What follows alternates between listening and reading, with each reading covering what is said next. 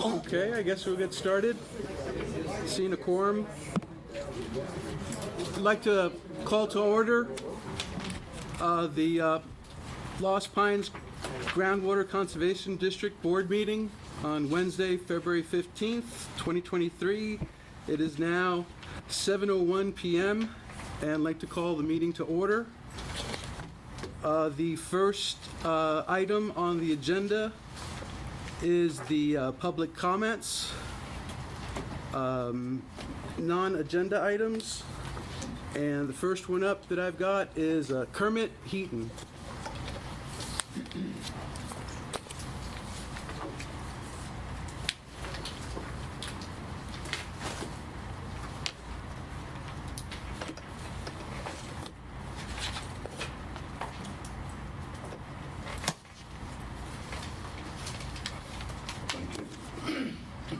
Thank you. My name is Kermit Heaton, and I'm a well owner in Bastrop County. I want to reiterate a couple of general points I've made in the past to the board. As we all, a lot of people say we live in a democracy, and a pure democracy is kind of what the groundwater situation in Texas is turning into. And in a pure democracy, you can have 4 wolves and 1 sheep voting on what's for dinner. And those 4 wolves are Houston, Dallas-Fort Worth, San Antonio, and Austin. And I don't mean just the city of Austin. And the sheep is the rural Texas in our groundwater. And as everybody knows, they've got the votes, they've got the money, they've got the power, and they can take our water away from it if we don't fight them. I think that since we're a republic, Texas and the United States, that we have an opportunity to defend our rights. We started off with a government that was supposed to be working for the people. I think my personal opinion is we've been moving to where the government thinks that they're our boss. I hope that doesn't keep going that way. One of the problems is there's more and more government entities, semi-government entities like LCRA, and they start off with a valid objective, like the Social Security system in the 40s. I wish I only had to pay 6%, which was the maximum when they set it up. Okay? So one of the things we've got to be careful of is not only the way it says it's supposed to be, but how can we make it be the way it's supposed to be? One of our courses, of course, is legal action. Okay? Since the people that's going to take my water also take my taxes, have a lot more influence, have a lot more power than it makes it real difficult for me to really stand up for my rights. And I'm going to try to do that. And I'm one of the brown landowners that tries to stand up for those in the past. But one other thing I'd like to say about wolves is another saying I heard. It said, don't blame the wolf for eating the sheep. Blame the sheep herder. Okay? I think the landowners need some sheep herders plural. And I hope that you guys and gals continue to help take care of us because we need your help. Thank you. Thank you. Next up, I have Terry Wilson, and I believe you have both a non-agenda item and an agenda item to talk about. And Ms. McKay has... Yeah, okay. You're good. Thank you. Thanks for giving me this opportunity to speak this evening. I would like to give you a quick background for myself. I do have an associate's degree in petroleum technology. In my career, I've had a ground sea water production license, a Class C wastewater distribution license, a Class C wastewater license, and a customer service inspector license. I don't claim to be an expert on aquifers or water wells, but I'm not a layman either. I would like to address the board on several concerns I have. The level of my water well is still dropping, as y'all know. It's now down 98 feet. I know you know there's an issue, but I'm giving you the data for a calculation further down in this presentation. The water quality is diminishing. How do I know this? I treat my water in a holding tank after it comes out of the well. I have to put in more chemicals to get me a chlorine residual, and I'm also having to change my water filters twice as often as in the past. I know y'all starting to monitor this, and I appreciate that. The one issue that I'm most concerned about is the rise in temperature of the well, water coming out of the well. I noticed last spring, the water temperature was higher than normal. It used to be cold to the touch, real nice, but it was noticeably warmer. I went and bought me a thermometer, and the way I check the water in my well is I open up the tank, run it for about 10 minutes, so I know I'm getting well water from the well and not the casing. When I first checked it, it was 72 degrees. I monitored it every week. It climbed up in 4 weeks to 72 degrees, and it stayed that way for 76 degrees. It stayed that way for about 4 weeks, and then finally trickled back down to 72 and stayed that way for several months. About a month ago, it shot up to 82 degrees, and it's been holding between 80 and 82 this last month. Why is this a problem? It's a twofold problem. First, each aquifer has its own unique ecosystem. When you upset that balance in that system, for example, excessive water temperature, it can have an ill effect on the aquifer itself. The dying off of the microbiological system can cause a septic condition, which would explain the water quality going down. A continued rise in the temperature could cause the water to be unfit for human and livestock consumption. Second, most submergible pumps are not rated for a higher temperature. My pump is a name brand pump, Gold, and it's only rated for 86 degrees at continual use. 82 is just 4 degrees away from the maximum. And I know it doesn't run continuously, but the higher temperature will cause a premature failure on my pump. And if the temperature keeps rising, this will cause a lot of pumps around there to have failures. You know, there's a lot of wells that are having problems in that area. I live, for y'all, it's information, I live north of Lexington in the area where we're losing a lot of water. Okay, what could cause a rise in temperature? I have a couple of theories. First is commingling or cross-contamination of the aquifers below, which is hotter. It's very feasible that the upper and lower aquifers are interconnected. Due to the hydrostatic pressure loss in the upper aquifer, which I calculated the loss of 98 feet, the pressure of the loss is 41.58 pounds. The pressure from the lower aquifer could be pushing water up into the upper aquifer, causing a temperature rise. Another possibility is interconnection. The interconnection is the outside of the well bore on the existing water wells. Even if everything is done accordingly to the TCQ rules in completing the well, there's no guarantee that an interconnection between the two aquifers did not occur. You could have a failure on your packers. I've seen this happen before in the oil field. I also seen in the oil field where companies, in order to cut costs, did not follow the rules and didn't set the required amount of surface casing or didn't put the packers in and between the zones. And I'm not saying this has happened here, but it would explain the interconnection. Why am I presenting this to you? This needs to be investigated sooner than later. The TCEQ will not take my readings. They need to come from an official agency. I know this situation is caused mainly by Vista Ridge. All my trouble started when they started pumping. But I'm in Lee County and I'm under your jurisdiction. And they pretty well told us they don't care what happens in Lee County. I know Mr. Totten back here, he has a full schedule, busy all the time. I feel this temperature rise is very serious and should be continued to be kicked down the road. Y'all speak of desired future conditions, 5 years down the road, 50 years down the road. If this is not looked at, we're fixing to have a dire future condition. What I'd like to see is Vista Ridge prohibited from pumping out of the Greenville aquifer until this matter can be investigated to ensure no further damage to the aquifer.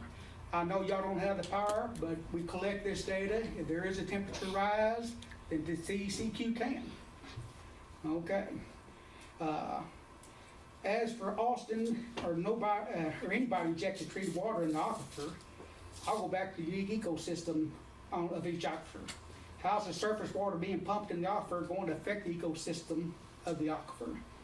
How's the water being treated before pumping? How is the water being treated before it's pumped into the ground? If there is a chlorine residual, it will affect the aquifer negatively.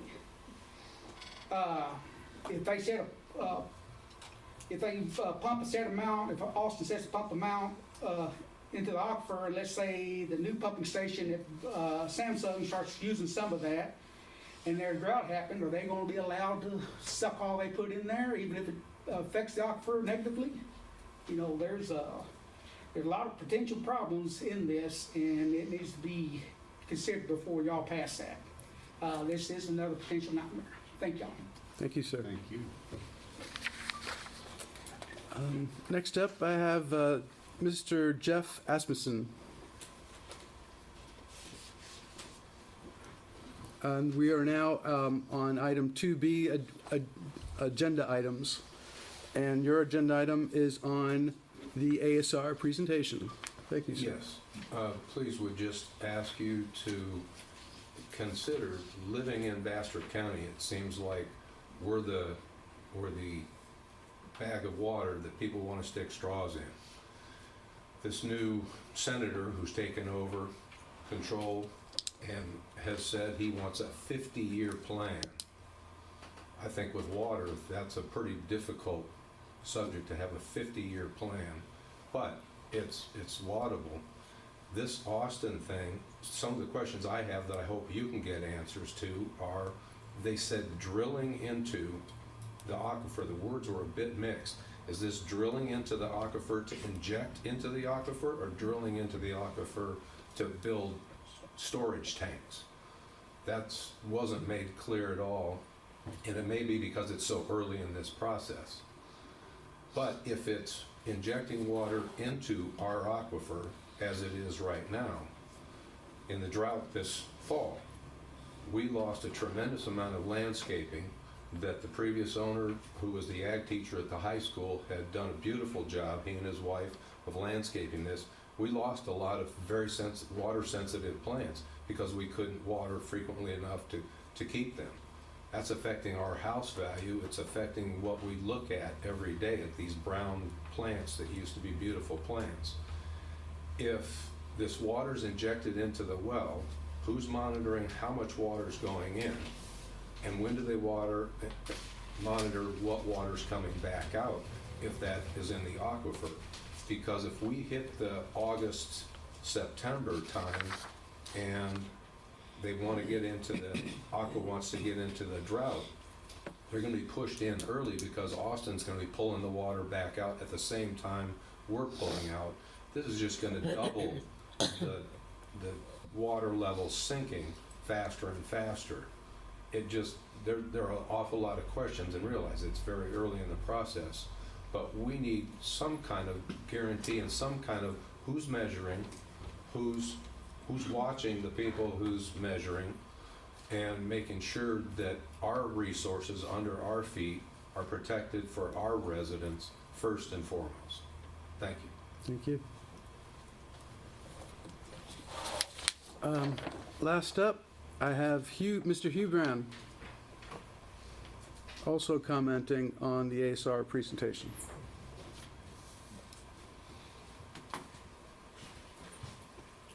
Thank you. As you know, I'm a land owner and well owner in western Lee County, Hugh Brown.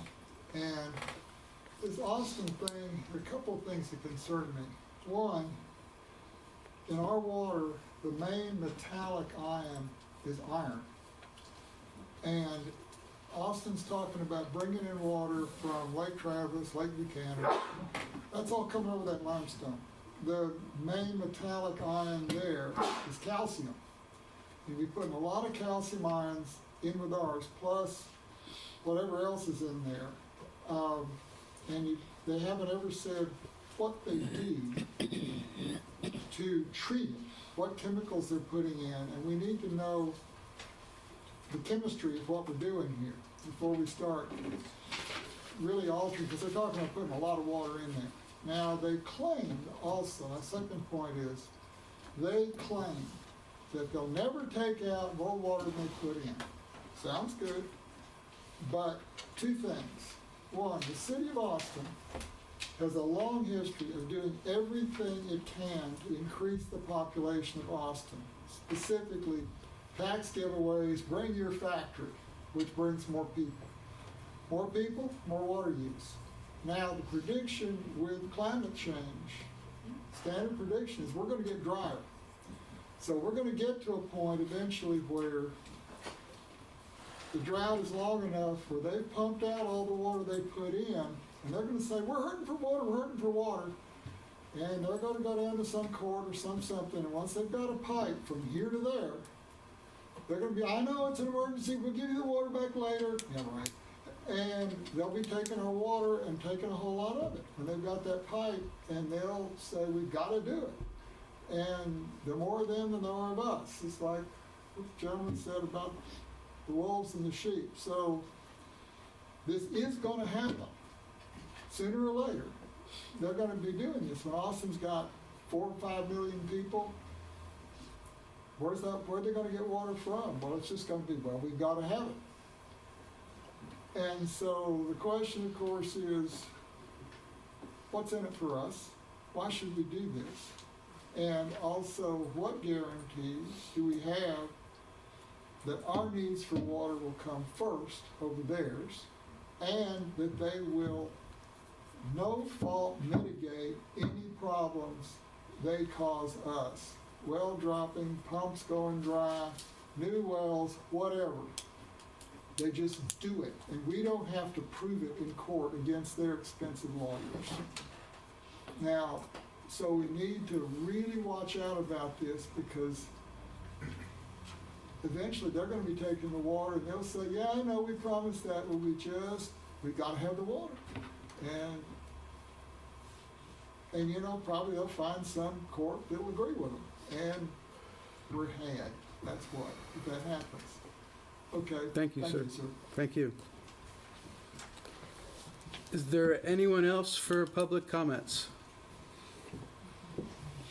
Okay, if not, we'll move on to agenda item. I have here 4, but it looks like we skipped to number 3, didn't we? Okay. Well, it's written 4, so agenda item 4 is the consent agenda. Consent agenda items are routine and will be enacted by one motion. There'll be no separate discussion or action on these items unless requested by a board member. Is there any director that would like to discuss any items on the consent agenda? I would, Mr. Smang? and I think it's just corrections in the minutes. But the minutes show that at 7:32 the board recessed for a short break. That was after the election. Okay. When the board came back in, you were presiding. That is not shown in the minutes, and I think it should be. I can make that change Okay. if the board would adopt that amendment. Okay. Do I hear do we need a motion then? Okay. Do I hear so make a motion? Second it. I hear a second. All those in favor? Aye. Any opposed? Okay, that motion will pass. Any? You don't need a separate motion on the remainder. consent. Correct. Yeah, I'm just, is there anything else? Any other questions on the consent agenda? One quick question. Where are we on the well monitoring update? Are y'all out checking wells or? Not as much as I'd like to be, but yes, sir, we're We'll be out more now in the next couple of weeks picking up wells, and I yes, would sir, appreciate it, yes. you're sir. on the list. Thank you. Mr. Cook? I'm looking at Graves Doherty as bills to us. Jim, when they submit the bills to you, are they, I take it they're much more detailed than the sheet we have in this? Trying to find the sheet, but yes, sir, yeah, there's an itemized breakout that comes along with them. I think we just give you all the cover sheets for those invoices. Yeah. How much trouble would it be to give us some more itemized? I mean, It's is not that a problem. a big thing, or? The reason for it is if we have a couple of matters of pending litigation, so if we were to provide the full detail, attorney-client privilege information could be in those details.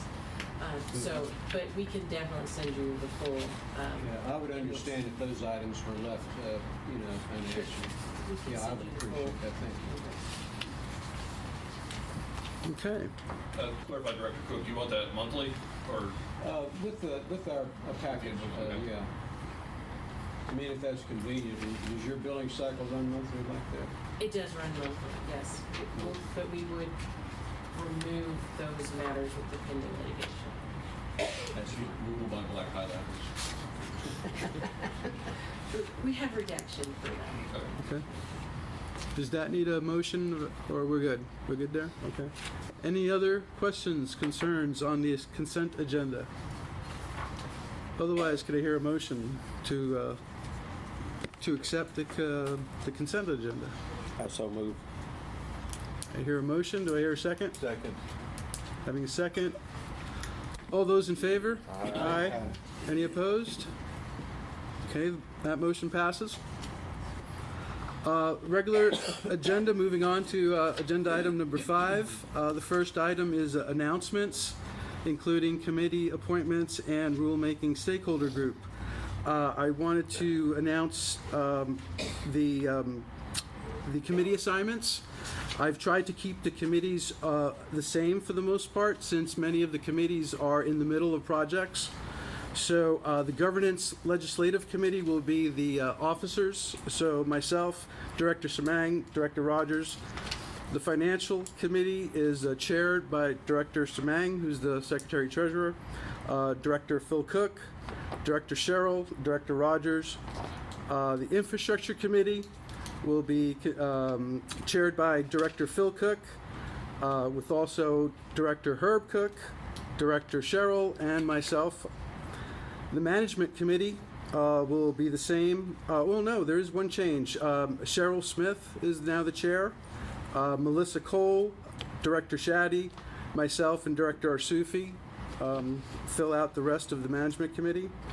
And then the Education Outreach Committee, that will be chaired by Director Arsufi, with Director Cole, Director Smith, and Assistant GM Javier Sainz. So that is the committee assignments for 2023. I would also like to announce that I have established the Lost Pines Groundwater Conservation District Rulemaking Stakeholder Advisory Committee. And pursuant to District Rules 2.1.c and 14.1.j, to discuss, consider, and recommend to the District Board rules related to groundwater production limits, historic use permitting, and district-wide curtailment. The stakeholder committee members will represent different interests and affiliations within the district, and following presentations on hydrology and legal framework, a facilitator will guide discussions amongst the group and assist the group in providing draft rules for the district's management committee to consider for recommendation to the district board. The stakeholder committee serves only in an advisory role and has no rulemaking authority. And we've just started the process to select a facilitator for that. Any other announcements by any other director? Yeah, Or- you left out the legislative committee. I said governance legislative. Oh, okay. Yeah, I slipped that one in didn't hear there. that. Okay. Yeah, that was a little quick in there. Yeah, it's governance slash legislative All committee. right, I missed that. Any other announcements? Okay, hearing none.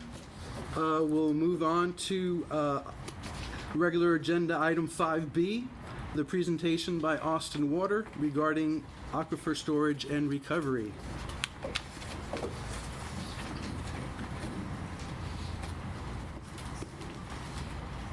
Hello, President Hernandez and directors. I'm Teresa Lutz with Austin Water. I'm a managing engineer with Austin Water, City of Austin's water utility. We appreciate this opportunity to provide a presentation today to you, and appreciate your interest in our project. Our aquifer storage and recovery project is an important strategy for the City of Austin in meeting our needs for our customers into the future, especially in light of future droughts and climate change and unforeseen risks that may incur in the future regarding our water supply. Make sure that we are have a resilient water supply. This is a different kind of strategy type project than we have engaged in the past. It includes looking at aquifers and studying areas outside of our service area. We're working hard to be mindful of being a good neighbor every step of the way. We're doing community engagement out in this area. You may have had an opportunity to attend our workshops. We've had a presentation and previously had some workshops in the area. Now I'd like to begin the presentation by introducing Helen Gerlach, Austin Water's Aquifer Storage and Recovery Project Manager. Thank you, Teresa, and thank you everyone for giving us an opportunity to talk about our Aquifer Storage and Recovery Project tonight. As Teresa mentioned, my name is Helen Gerlach. I'm an engineer with Austin Water, and I'm the Austin Water Project Manager for this first phase of work for the Aquifer Storage and Recovery Project. Excuse me. We can't. Can you folks at the back here? Yeah. Yeah, it's on, but you have to get, unfortunately, you have to get really close to the microphone. Can everyone hear me if I lean in like this? Can you hear back there now? Raise your hand if you can, and I'll bump it a little bit. So what I had said was Helen Gerlach. I'm an engineer with Austin Water. I'm the project manager for the first phase of work for our ASR project. Okay. So a few items we'd like to cover tonight on the agenda slide. Ma'am, We'll talk. can I ask you a question? Yes, please. Do you have some literature that I can put before me so that I can look at it? I don't have copies of the slides with me, but we've sent them to the conservation district, so those can be printed out. And then we've got resources online that we can provide as well. But I don't have anything with me at this moment. Sure wish you'd have brought some.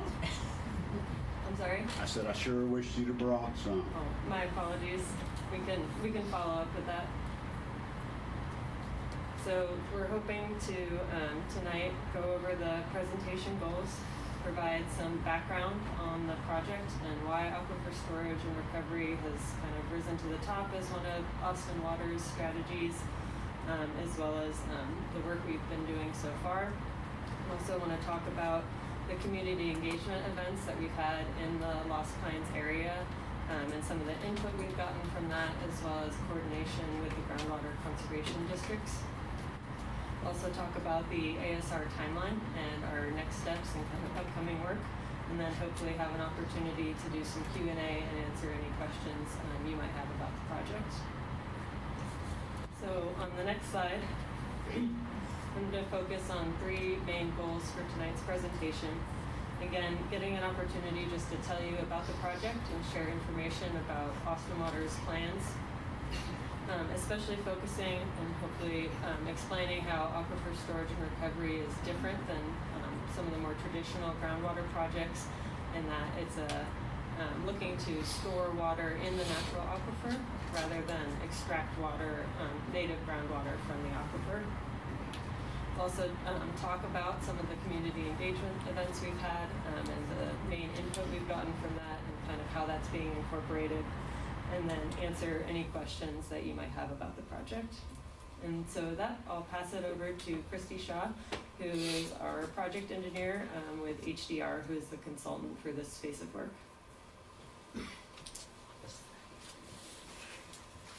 Thank you, Helen. Excuse me, your last name, please? My name is Christy Shaw with HDR. And I'm working on this project. I wanted to just provide a little bit of project background and context for those of you that may have attended our workshops in the fall. This is going to be a little bit of an overview and maybe a refresher on that, but I wanted to make sure everyone had the same context and was on the same page. So aquifer storage and recovery is a strategy by which it's for water supply purposes, and water is stored in a natural aquifer. And it's diverted when there's times of plenty and stored in an aquifer for later recovery during scarce times or during drought situations. ASR is part of the water forward process that the City of Austin and Austin Water did several years back, and they looked at water supply projects and evaluated quite a few of them, including conservation, reuse, and others, to look at future water supplies necessary to meet growing demands and drought for the next 100 years. So it's kind of a broad-brushed, long-range water supply plan that was done, and aquifer storage and recovery was one of the projects, the key projects moving forward.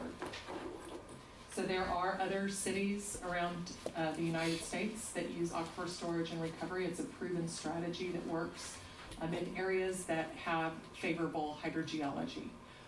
In Texas, the notable ASR projects include El Paso, San Antonio, and Kerrville. And then in 2021, Austin Water began the study of aquifer storage and recovery to look at it in more depth, and it would look at the different aquifers in the vicinity of Central Texas and identify the preferred zones that could be used for ASR in the future, with the goal of being able to begin an ASR storage project in 2035. So we're in the first phase of that right now, and a little bit more about how ASR works. So ASR is a strategy by which available water from Austin's drinking water systems that Austin has water rights to would be pumped into an underground aquifer for a later time. And that water would be stored until it was needed. And one of the key factors or key aspects of this project, as was mentioned earlier, is that there would be no more water withdrawn as what was put into the aquifer. So this is unlike traditional well projects that would be recovering native groundwater. This project is looking at using an aquifer kind of as a storage bucket in a bank account, for a lack of a better word. Another key aspect of this is water quality, and I've heard that from several folks, and we heard it during the meeting before. And part of our evaluation and the depth in which we're looking at water quality is that we want to understand the aquifer situation, and it's very localized, and that is something that through our project we will be studying. Right now it's a desktop phase, but I can say that what we're looking at is we're looking at compatibility with the aquifer system. We're looking at how the raw and the treated water from Austin's existing system would look with respect to the native groundwater. And during the piloting and testing, we would be collecting a lot more information about the actual aquifer itself to make sure that there's a good understanding, and that any conditioning that would be required would be done before putting water into the ground.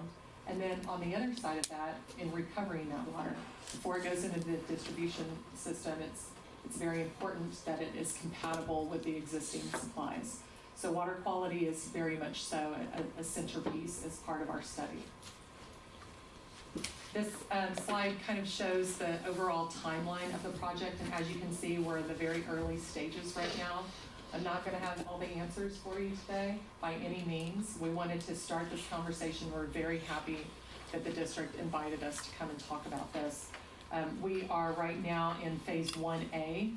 We're looking at identifying locations for the testing and possible projects. There's no drilling, no field exploration that's being done during this phase. It's strictly a desktop analysis. The next goal would be that by the end of this year, we will have areas that look promising that we could test as part of a pilot study. And piloting is really important for us to understand the parameters before building full scale for many reasons, including understanding the local context, the aquifer system, and making sure that there's no negative impacts associated with putting new water into the ground. And then after that, based on the results of that analysis, then in 2028 through 2035, when the design and construction of the full-scale pilot, or the full-scale project would occur, to where in 2035, project could start storing water, and the goal is that Austin Water would be able to access that water as early as 2040. So there were 3 steps as part of this process in identifying the preferred areas for ASR. The first step we have completed. We did a broad scale evaluation of 7 counties where we looked at all the major and minor aquifer systems, both the unconfined and confined units, with the goal of being able to identify the preferable county aquifer combinations for a more in-depth analysis. During that time, we gathered some information from the community. We also had some workshops, both virtual and in person, to understand what the concerns were from an overarching perspective, and to deliver information about what we were going to do as part of this project and study. And then based on that information and some of the preliminary evaluation, we were able to identify the areas where we wanted to perform more focused studies. And I'll talk a little bit about the results of that. But that was when we came out to the community last fall, and we provided some preliminary results, and we gathered some information about kind of the local needs and the situation, as well as understanding possible mitigation strategies that would be most effective and meaningful for the community. Quick question. Absolutely. What's your a priori criteria for site selection? I will be getting into that, absolutely. So the first one that we looked at for that broad kind of 7-county area, we looked at hydrogeology, permitting aspects, and endangered species and environmental impacts, as well as the distance from Austin Water's service area. And then in the second analysis, where we did more of a detailed look at the areas that initially looked to be most favorable, we looked at water quality considerations and compatibility, operations, and implementation aspects. And part of that implementation is, looking at tracks that were of a sufficient size and being able to kind of identify just in a very regional way where the area might be most promising from a hydrogeologic perspective as well. Sure. And then the information that we're gathering right now and the project alternatives that we're evaluating would then be used for step 3. And step 3 would be to identify that ASR location, as I spoke of earlier, that's both technically favorable and aligns with some of the equity and affordability goals for piloting and testing. And that equity and affordability aspect really is looking at the impacts and potential mitigation associated with the project. So our initial phase looked at the larger area within Central Texas. We had 91 county aquifer combinations that we went through as part of this initial scoring at a desktop level. We looked at the hydrogeology, we looked at permitting, we looked at other factors that would be meaningful as part of this study to be able to look at which county aquifers would be most suitable with respect to the project goals and water forward. And what we found is that, next slide please, the most favorable areas were in Travis, Bastrop, and Lee counties, and the Carrizo, Wilcox, and Trinity aquifers. So we started looking at, sure, go ahead. Oh, finish your sentence. Okay, So as part of this other study, or the deeper desktop analysis, we looked at the individual formations within those units to be able to see what their characteristics were, as some of them may be more promising than others for storage purposes. Go ahead. Yeah, I'm curious. Yeah, Why so- didn't you look west? Because the examples you gave of success stories are all karst systems. And east is completely different types of aquifers. So the success stories, why didn't you look west of Austin instead of east? Great question. So karst structures typically are not as desirable for ASR, and even San Antonio, and for San Antonio's project, they're using karst aquifers as their source water, but not for the storage. So they use Edwards aquifer water, and then they actually put it in the Carrizo-Wilcox aquifer in Bexar County. And so theirs is a system in which it's going into a sandstone Carrizo-Wilcox aquifer. For Fredericksburg, I believe that the way that they operate that system is a little bit different, and it's located along the Guadalupe River, just not far off of that. And then in El Paso, that's in a sandy aquifer system, and theirs is kind of a combination of aquifer recharge, which happens through infiltration basins, as well as they have treated effluent that they use as a source water into their ASR system. So, I might add to that, we did look at the aquifers west of Boston on the previous slide. We looked at all of the counties around Travis, including, Burnett County and the aquifer units out there as well. Due to the reasons Christy mentioned, it didn't appear as favorable because our hydrogeologic properties. We looked at, for that full 7-county area, we looked at Burnett, Blanco, Hayes, Travis, Williamson, Lee, Bastrop, and Bastrop County. Thank you for the questions. So after the initial evaluation, we identified these aquifer units within the 3-county area as being most favorable. So we performed a desktop analysis to identify potential ASR sites. And as part of that work, we did some community workshops to inform people of the project and to get input on that. This evaluation included the water quality aspect of it, as well as implementation aspects and operations in moving forward. And now Helen's going to talk a little bit about the community engagement process and the outreach that's being done in areas that may potentially be impacted by the project. Okay, so on the next slide, we've got some of the community engagement events that we conducted in the Lost Pines area.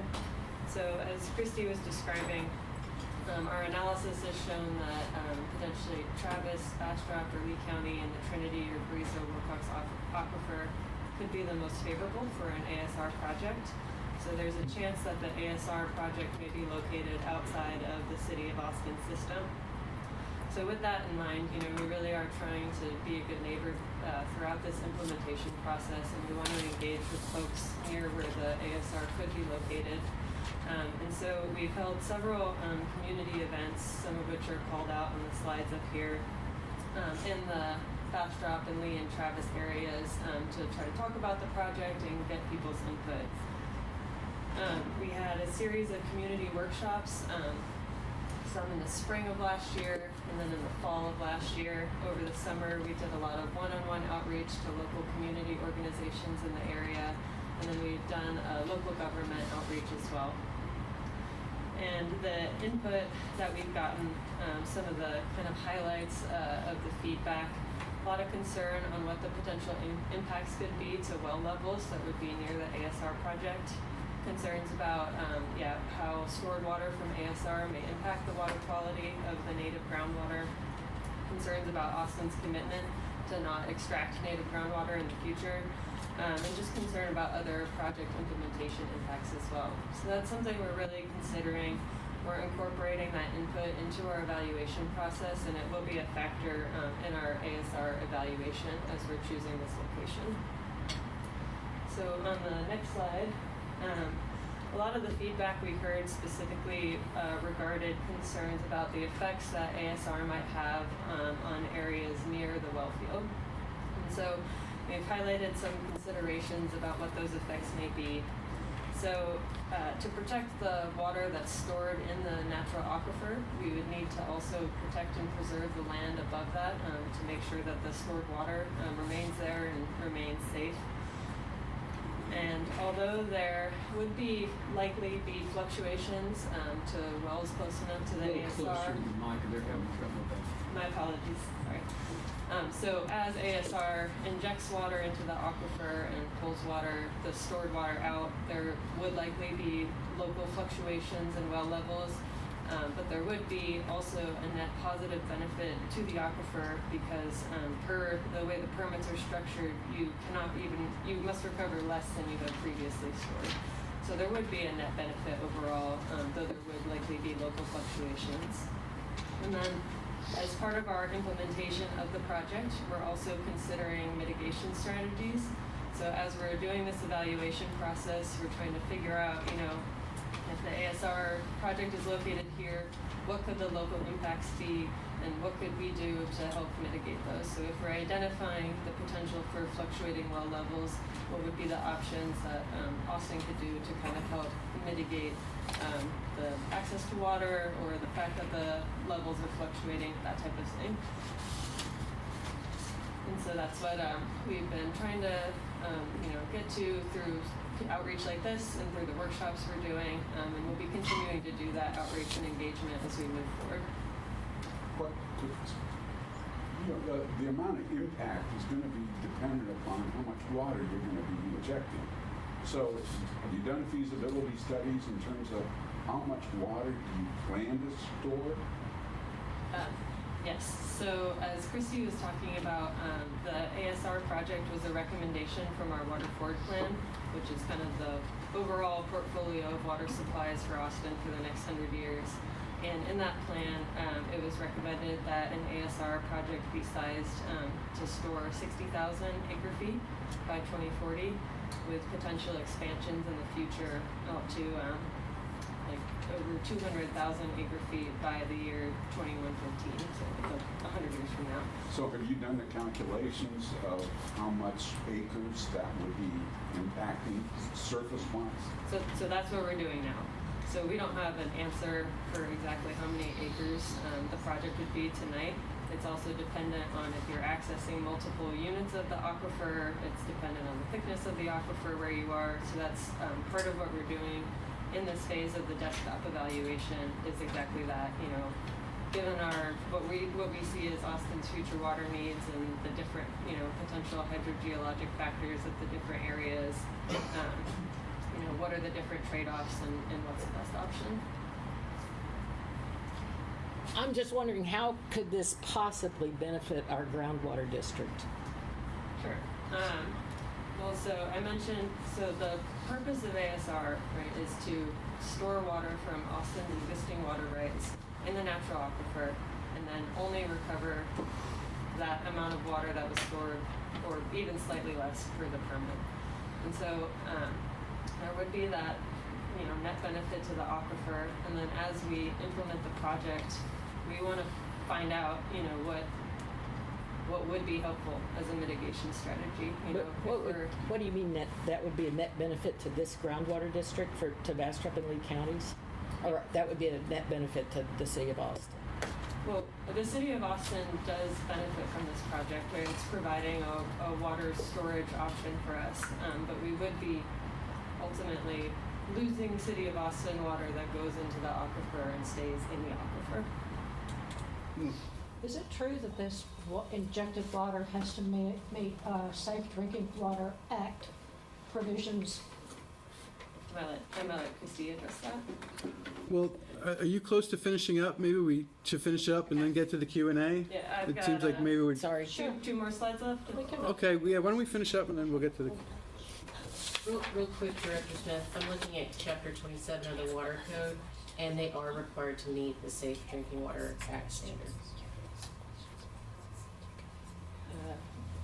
Okay, so I just wanted to talk a little bit too, since we're talking to the Groundwater Conservation District, about the coordination that we would have with you guys moving forward. So far, our coordination has mostly just been on the staff level, both with Lost Pines as well as the Post Oak Savannah GCD.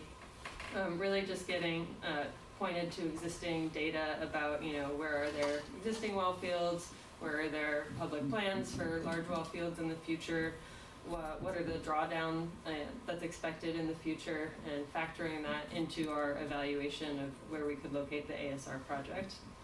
I've also been following along with the new rules for ASR that are proposed for Lost Pines.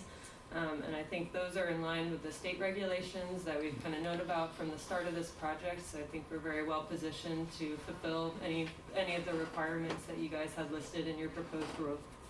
Excuse me, proposed rules, especially the requirement for reporting of ASR data when the project is implemented. That's something we'll have to monitor very closely, the amount of water that's injected and the amount of water that's recovered. And that would be reported to the GCD as well as potentially to the state permitting body as well. And that would be part of the way that you ensure that the ASR is meeting its goal of not extracting native groundwater. And so as we move forward, we'll hopefully have ongoing communication with the GCD. We'll hopefully be recommending a location for the ASR project, as Christy said, by the end of this year. And then we'll be implementing a pilot and testing program that will help inform implementation of a larger full-scale system. And in that, we'll be figuring out all the different data that we need to be monitoring and reporting to the GCD, as well as figuring out all those really important treatment requirements to make sure that we're fully compatible with the aquifer system, as well as treating the water to full compatibility when we recover it. So last slide, just talking a little bit about the next steps. So we have the goal of selecting a location by the end of 2023. The next step would be doing field testing to kind of prove out the assumptions that were made in this desktop analysis. And if that's successful, we would move to that small-scale pilot project. That pilot project, again, would give us the opportunity to actually do the water quality tests with water from the aquifer and water from Austin's system, really get an idea of how water that would be stored in the ASR would move around within the system and give us a lot of important information. So we designed the full-scale project to be the most efficient it can be. And then throughout the process, we'll be continuing our community engagement. We really want to, continue to reach out to anybody who may be affected by the project and keep them involved in the process. We're planning an additional series of workshops before the end of the year as we're wrapping up the project to kind of report out and keep people involved, and so they know what's coming up in the next steps as well.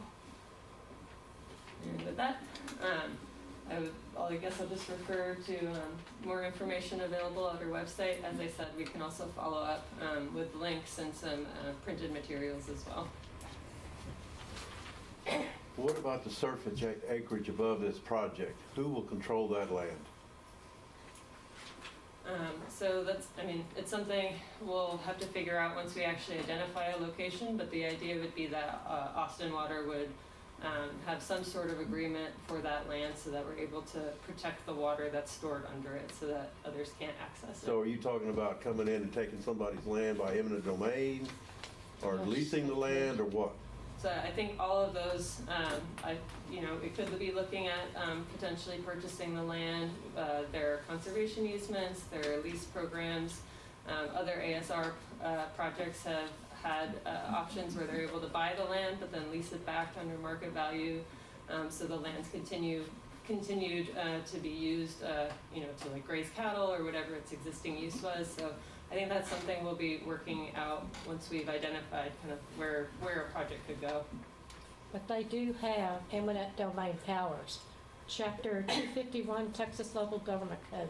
Somewhere I heard the word 3,700 acres. I don't know if somebody made that up or what. Do you know where that came from? You said you didn't have that figured out yet, though, right? It sounds like it might be San Antonio's Aquifer Storage and Recovery Project is Perhaps. 3,200 acres of surface acreage, co-located with a few other projects, so that might Okay. be.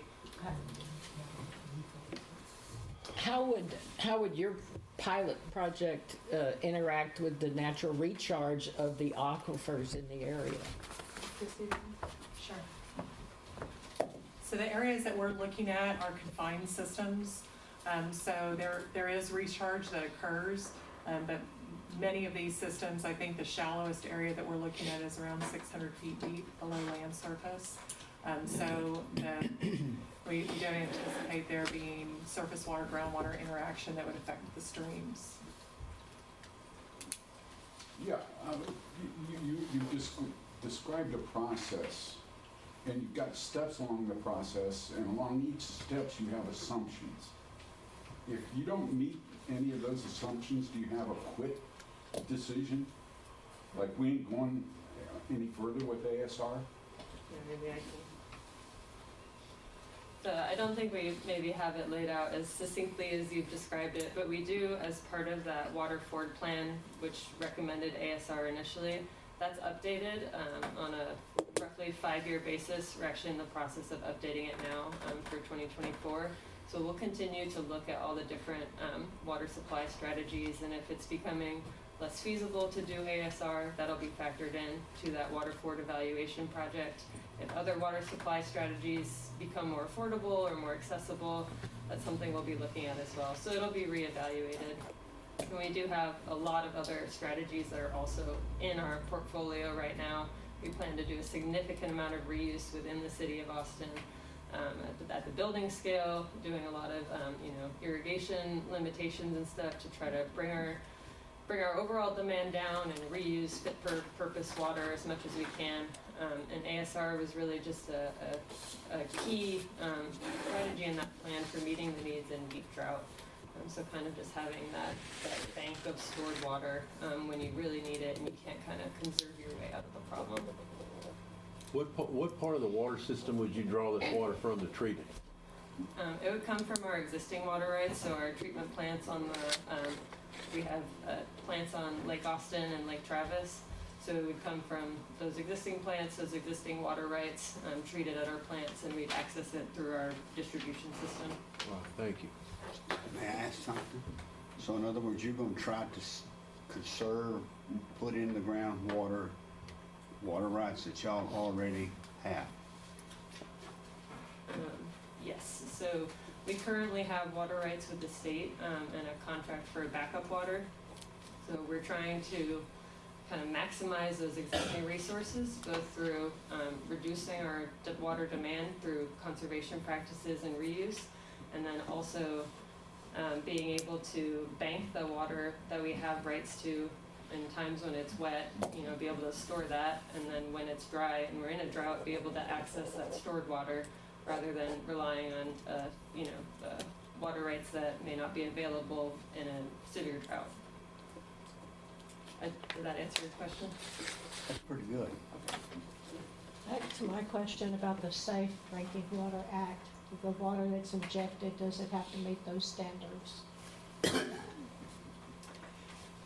So the Texas Administrative Code that was updated, I guess about 7 years ago, to where injected water, like through an ASR project, would have to have no net negative impact to the receiving body.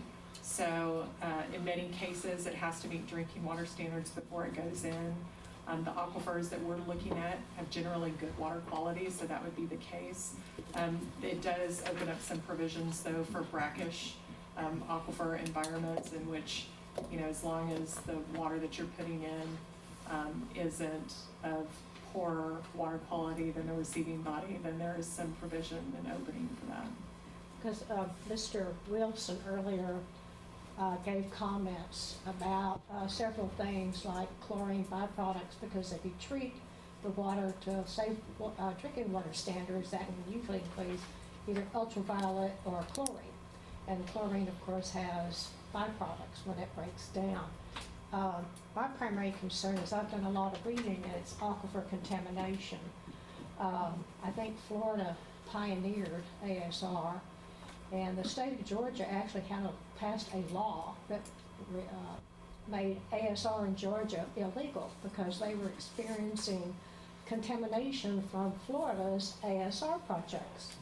So I have to say and I know technology gets better every year, but our water is pristine. I mean, it's been excellent. And to think that it might accidentally become contaminated if the water migrates out of the site accidentally, power outage, the pumps can't keep the pressure. So I have some real concerns about that. And again, as Kay said, what's the benefit to our county? You know, we are the host, but we're not, what do we get for it? Yeah, I just wanted, your points are very well taken. You know, that water quality is definitely a concern. It certainly wouldn't benefit the ASR project either if we were having, you know, harmful byproducts. So that's something we'll definitely, I mean, we're doing a desktop analysis of it now, and as we're able to do field testing and piloting, that's something we're going to need to prove out before anything gets designed for the full scale. And then, yeah, noting, you know, what's the benefit to this area? That's something, you know, we can appreciate, you know, why you would want that. And so I think really looking at, you know, identifying what we call them mitigation strategies, but, you know, on the same token, what benefits could this project bring? Are there programs we could implement or things we could do as we bring this project online that would provide a benefit to the GCD, to the nearby communities, to the local well owners? You know, we really want to hear that feedback and be working to incorporate that early on as much as we can. Thank you. We appreciate that. May I ask another question? Thank you. I have another question. Are y'all planning on buying water from water marketer? So the water forward plan did consider purchasing native groundwater as like the blue sky list of water options. It was not recommended as part of the water forward plan, so at this point we have no plans to purchase water from water marketers. It was not a recommended strategy, and it wasn't something the community was eager to do. We really wanted to focus on maximizing our existing water resources and finding ways to, you know, stretch those as much as possible. Thank you, ma'am. Quick question. As an alternative, I know Austin's been looking at off-channel reservoirs of the Colorado River and then scalping floodwaters to fill those reservoirs. Is that still an alternative? We did have an off-channel reservoir that was part of the water forward plan, although it wasn't recommended to be implemented until closer to the end of the century, out past the 2070 decade. So I think that's it's another strategy that will continue to be revisited. So yes, it's part of the plan right now, and we'll continue to kind of take a look at that and reevaluate as the technology changes and as our demands change and as we move forward. Just so I can begin to understand the mechanics of this,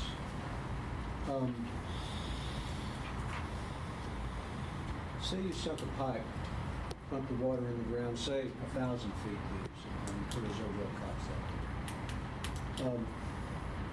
How big a pipe? How many thousands of gallons a minute, or what would be your pumping rate, and what sort of pressure?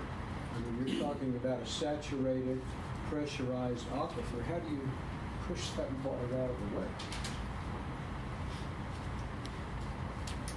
So you were asking a question about how, like the mechanics of putting that water in the ground.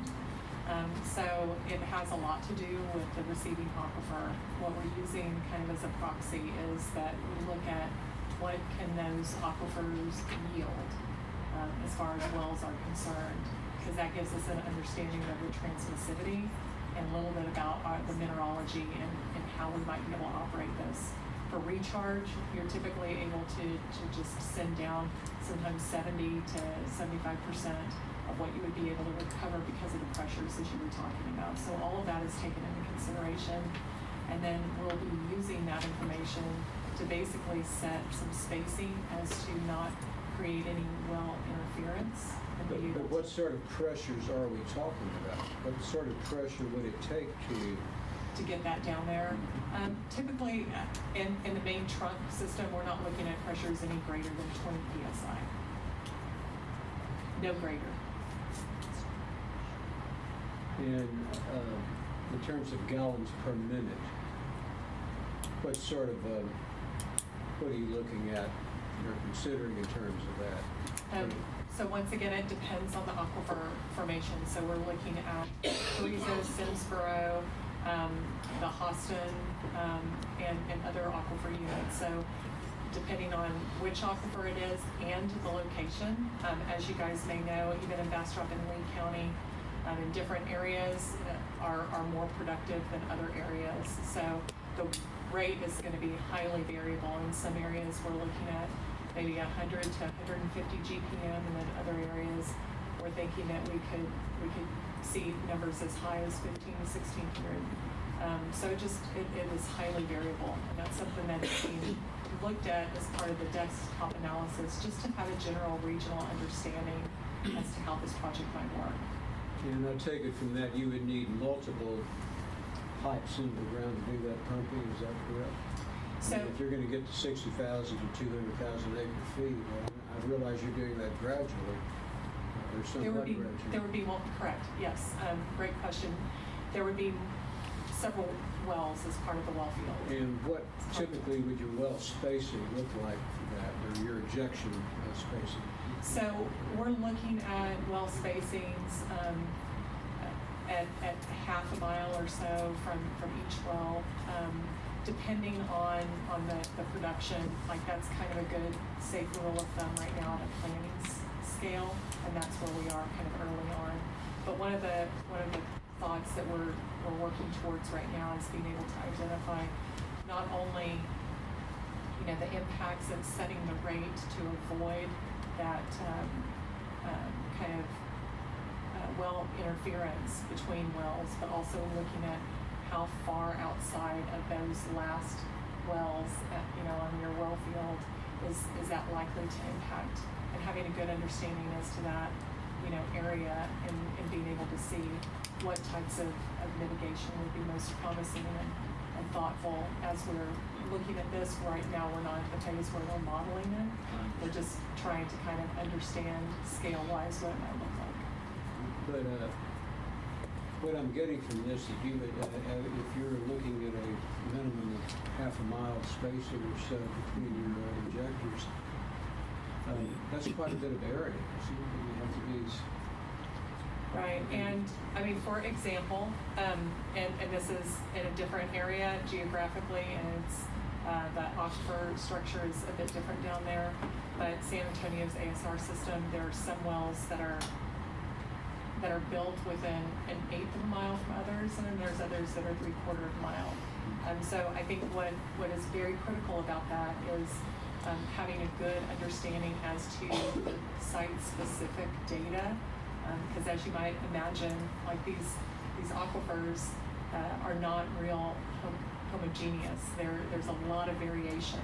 So that makes it very important for us to understand through piloting what we're up against, and that's data that we're going to be collecting. And then you can monitor and look at what the impacts are according to different pumping rates, and help to understand the local conditions, so that you're not only making the system more efficient, but you also have a better understanding as to what the potential impacts are to regional water levels.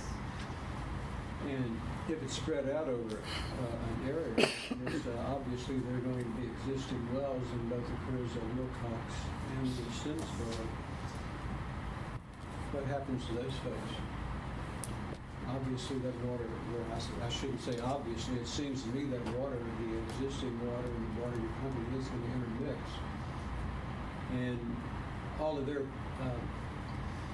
pumps and piping are set up for a certain profile of water, with certain minerals in it and all that kind of stuff. And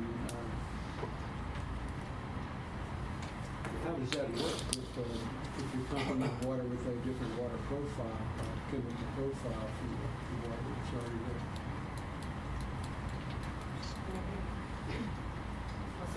much as we can, we'll try to avoid that situation happening. We are considering some of the, deeper layers that maybe wouldn't have as many wells in them. And I think that's just something we'll need to identify as we move towards a location. If there are wells that would be affected, we need to plan to what our mitigation strategies would be for that. Because yeah, you're right. If there's, if the profile of the water is changing, that could potentially have an impact, and we would need to address that. Yeah, because we have not just our regular well owners, but all our permit holders. Their water could be impacted, and I'm sure they wouldn't want that. But as our aquifers go down and the pressure is reduced, it is possible there could be some migration up as well. And you're not going to know how that's going to happen until maybe 50 years from now. It's just another concern. Yeah, point taken. So you're going to be taking surface water and injecting it into the groundwater, and so then will it be surface water or groundwater? Well, so yes, you're right. It'd be surface water from the lakes Right. and rivers that go through our treatment system. But then you'll be injecting it into the groundwater, Yes. and we sort of treat those two a little differently. Yes. I guess I don't know if the classification changes, but so we'd be doing pre-treatment before it goes into the aquifer. We'll need to identify what that is as we do piloting. But part of the managing the stored water underground is tracking the chemical profile of that water to make sure it's not migrating off or mixing too much. So we do, as much as possible, we want it to remain distinct from the groundwater because it means that it needs to be treated less when we recover it to send it back. So I guess I'm not sure whether it's considered stored surface water versus groundwater versus ASR water, but it would look a little different, and that's a really important factor into how we would manage it. Maybe Christy might have a better answer. I guess saltwater disposal wells could be some guidance about that sort of thing. Well, and one thing too, and it wasn't put on the slideshow, but there's a buffer zone basically that we try to maintain, and that's part of, as Helen was describing earlier, having a reduced amount of recovery as compared to what's being recharged, and that buffer zone is intended to kind of separate the two waters. Now, as just what we would think of over time, then those waters kind of blend a little bit more, and that buffer zone becomes greater. It's more like for short-term uses, that buffer zone would probably be narrower, but the whole goal is through monitoring and operations of a program, you can see that in water quality and where that breakthrough is happening, and then you shut it off and then go to another area within your well field.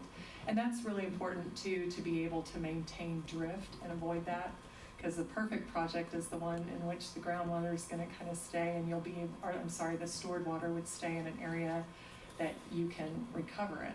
And so that's one of the kind of balances in using this water going forward is you've got a great monitoring well and withdrawal network to where you can operate in such a way to be able to maintain that storage.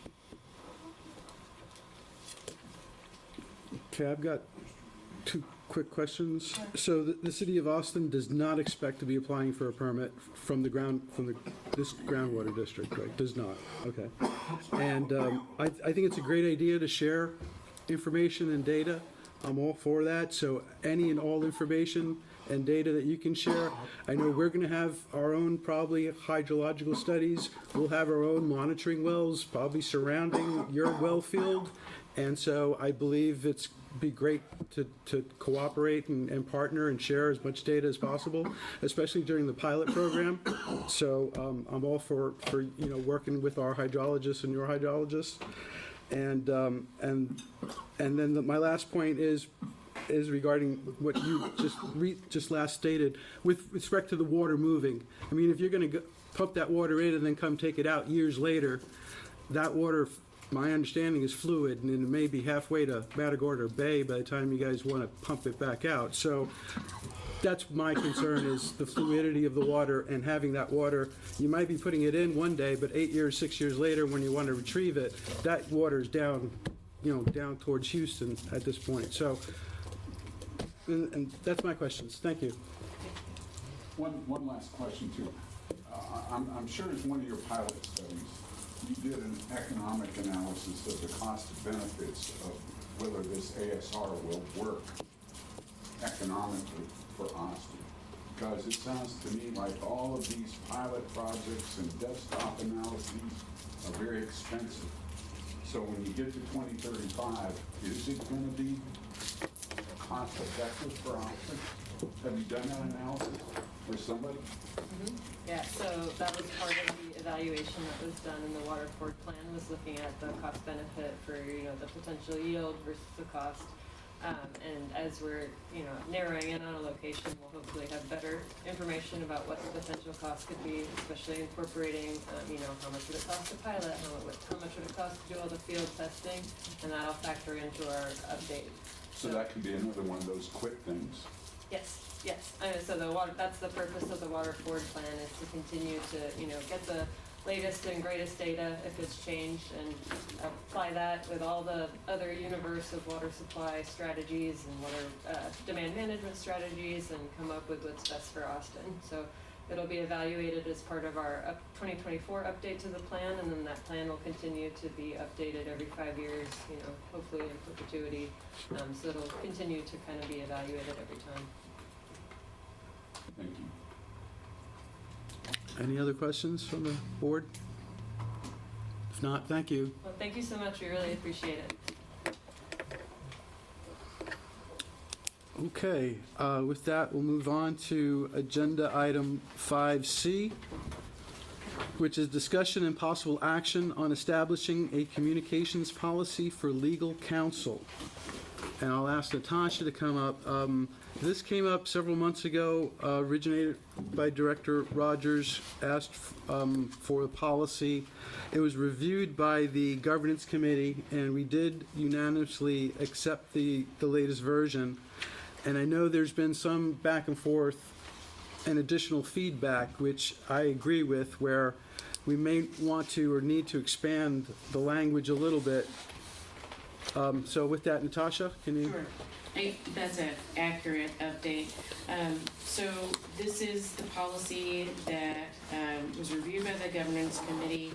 There's a slip sheet that I put at your desk, and it amends page 3 under Director Communications. And if you hop to the little Roman numeral 2,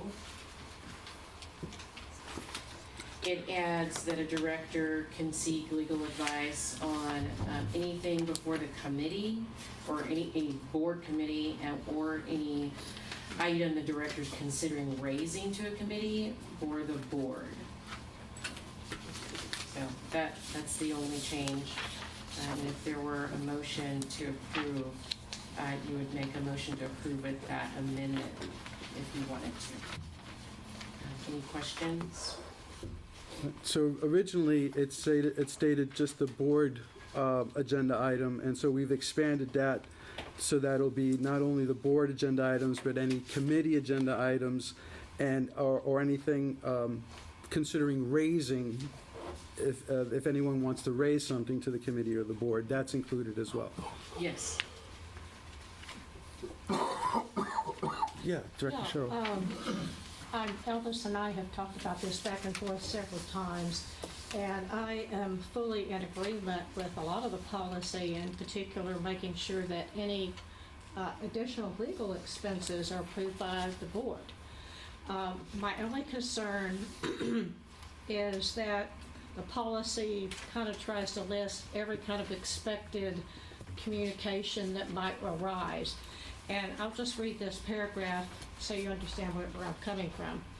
I put nothing, and this could be an addition or part of it perhaps.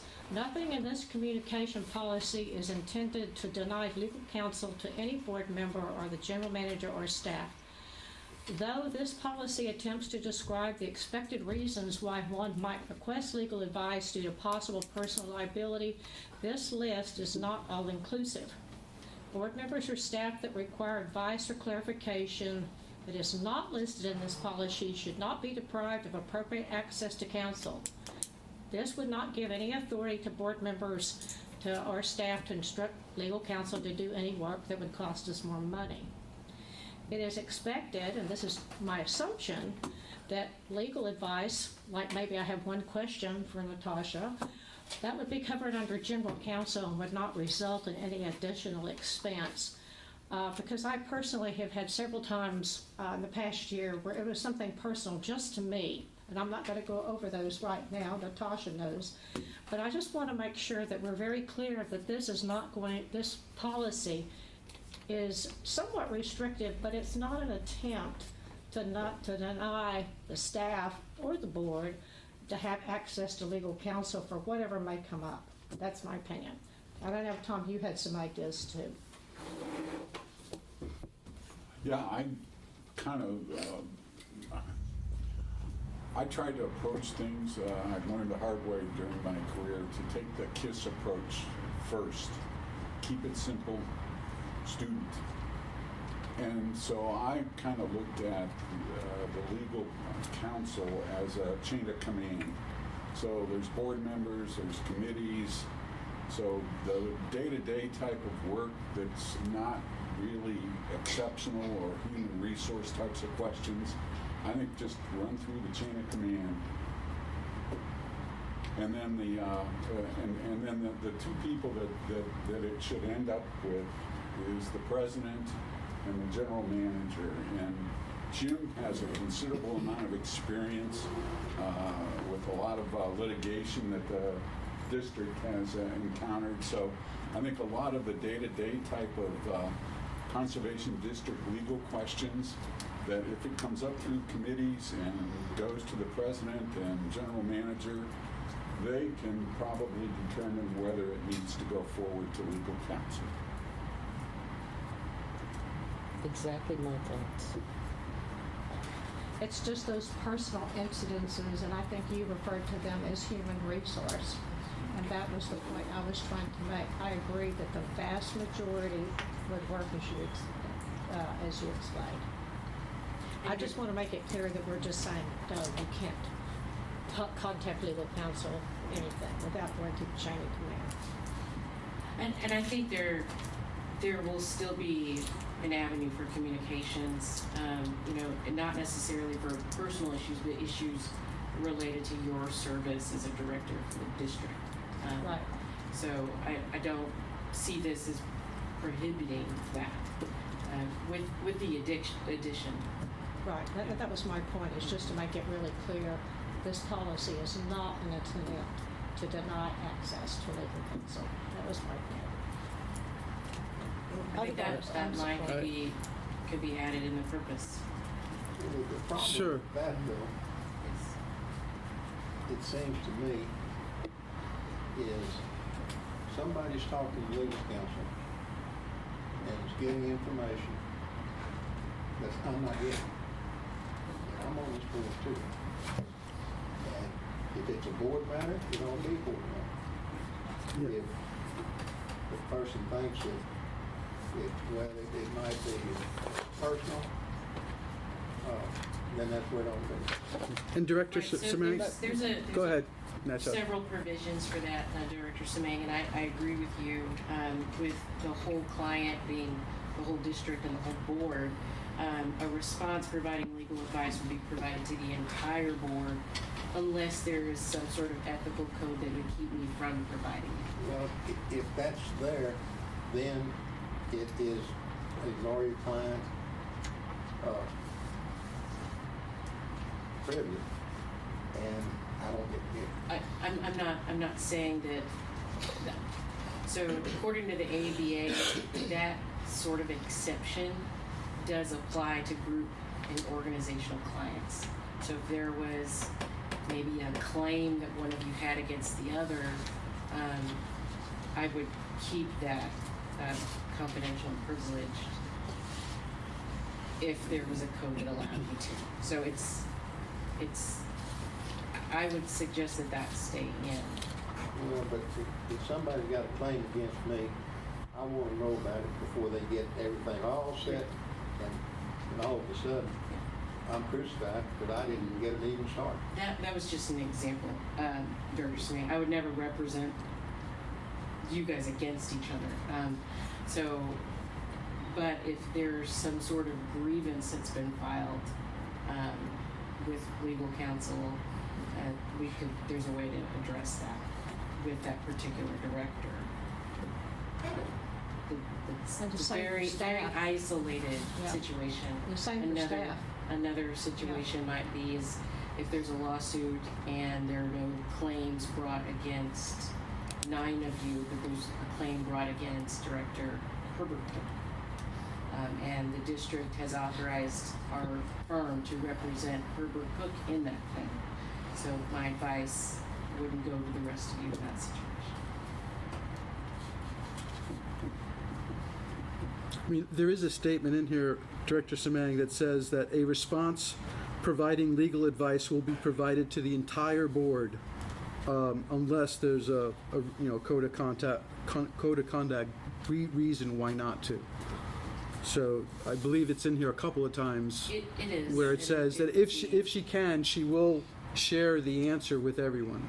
And it's more like that's the default. Right, that's the It will be default. shared with It's going to be shared unless otherwise. very minute situation. But that's what bothers me, that there's something between council and some director that can't be shared with me. That is not. I didn't see that is in not here. the circumstance. Did you see So that in here? It's Director Semang. If there's anything related to district business and all the directors are subject to, let's say, the same claims in a lawsuit, you're all going to be privileged to that information.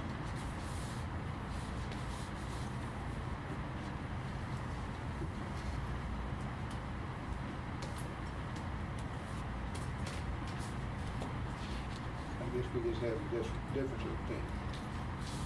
That's a bad thing about having a lawyer for a time.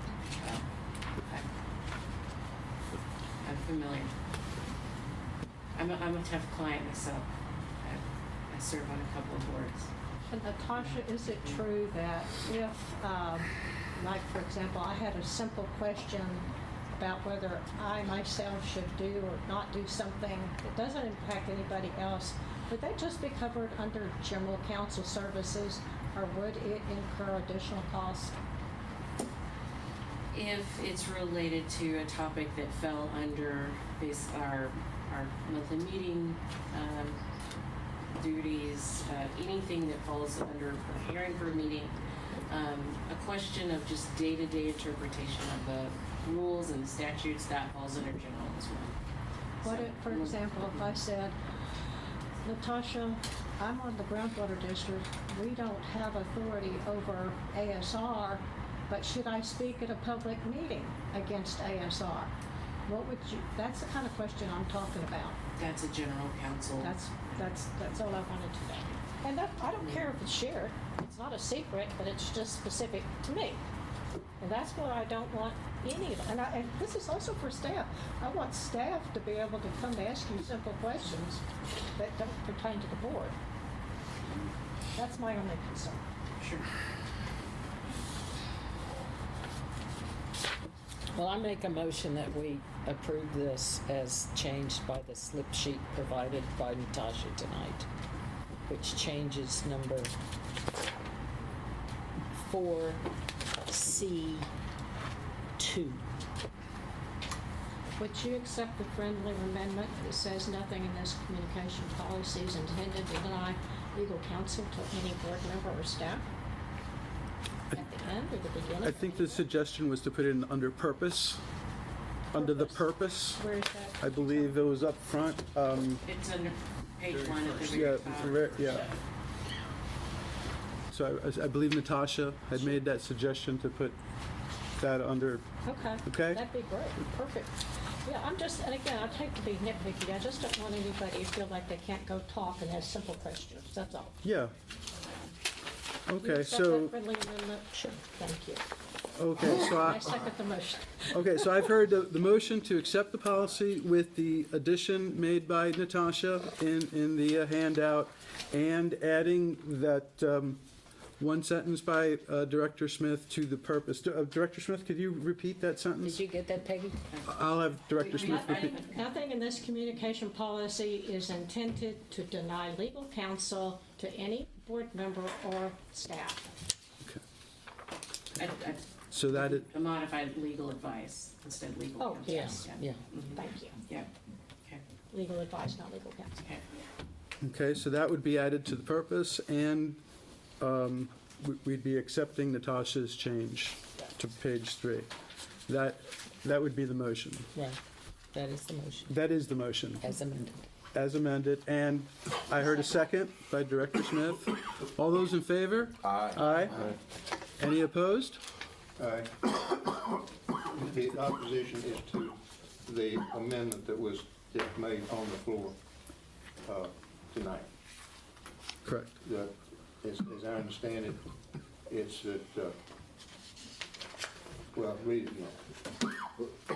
The communicate, no, that it's not intended to deny legal service to any board member or staff.